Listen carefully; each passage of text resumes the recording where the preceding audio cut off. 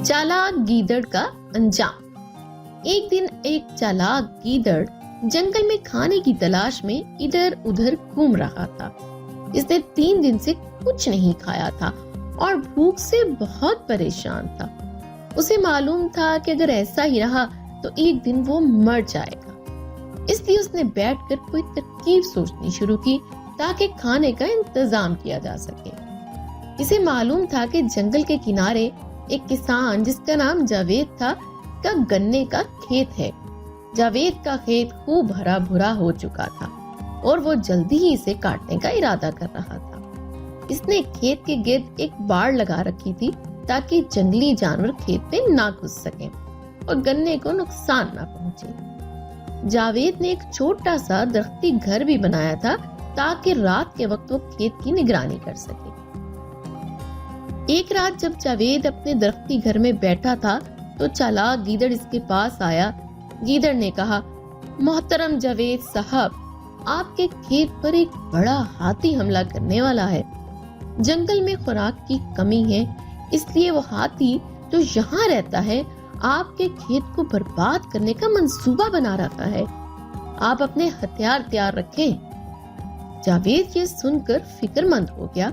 उसने अपने खेत पर बहुत मेहनत की थी और ये अफसोस की बात होगी अगर इसका गन्ना तबाह हो जाता। उसके पास और कोई चारा ना था, इसलिए इसने अपना कमान और तीर उठाया और रात के लिए तैयार हो।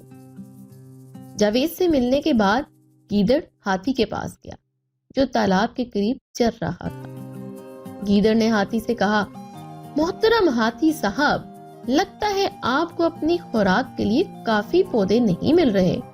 आपको सिर्फ चंद किस्म के पौधे खाने की इजाजत है, इसलिए आपको बहुत सफर करना पड़ता है। हाथी ने जवाब दिया, ये सही है, मुझे हर जगह खाने की तलाश में जाना पड़ता है, लेकिन ये जंगल थोड़ा बेहतर है।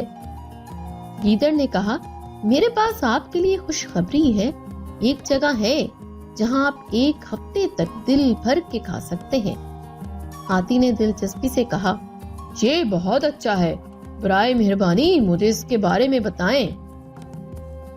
गीदड़ ने जावेद के गन्ने के खेत का जिक्र किया और कहा कि गन्ना कटने के लिए तैयार है और ये आपके लिए जबरदस्त दावत साबित होगी। आप आज रात वहां जाएं और जब जावेद सो जाए तो मजे से खाएं।